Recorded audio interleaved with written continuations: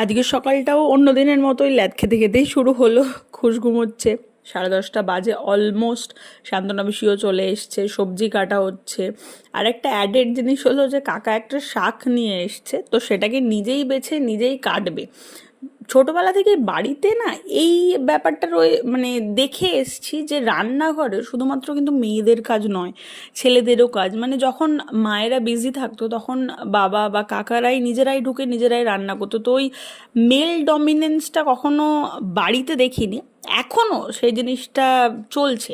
তো আমাদেরও সেম জিনিসটাই হয় এই জেনারেশনটারও। আমারও দাদাদের দেখি যে আমরা যখন কিছু রান্না করছি, তো আমার দাদা অ্যাকচুয়ালি অনেক বেশি টেস্টি রান্না বান্না করে, ও অনেক কিছু রান্না করতে পারে।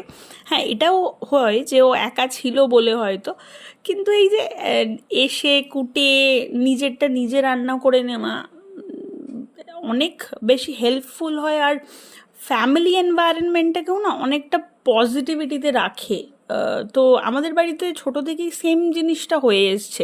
না তো কখনো জেন্ডার ডিসক্রিমিনেশন হয়েছে, না তো এই রান্নার কাজটা শুধু মেয়েদেরই, এটা কখনো বলা হয়েছে। তো সবাই ইকুয়ালি খুব মজার সাথে করে। ইভেন ছেলেরা আমাদের বাড়ির অনেক ডাইভার্স রান্নাবান্না পারে, মানে অনেক ডিফারেন্ট ডিফারেন্ট কাইন্ড অফ রান্নাবান্না পারে, যেগুলো হয়তো মায়েদের অনেকটা হেজিটেশন হয়, কারণ ওরা সারাদিন ইউটিউব দেখছে, রেসিপি খুঁজছে, দেন বানাচ্ছে।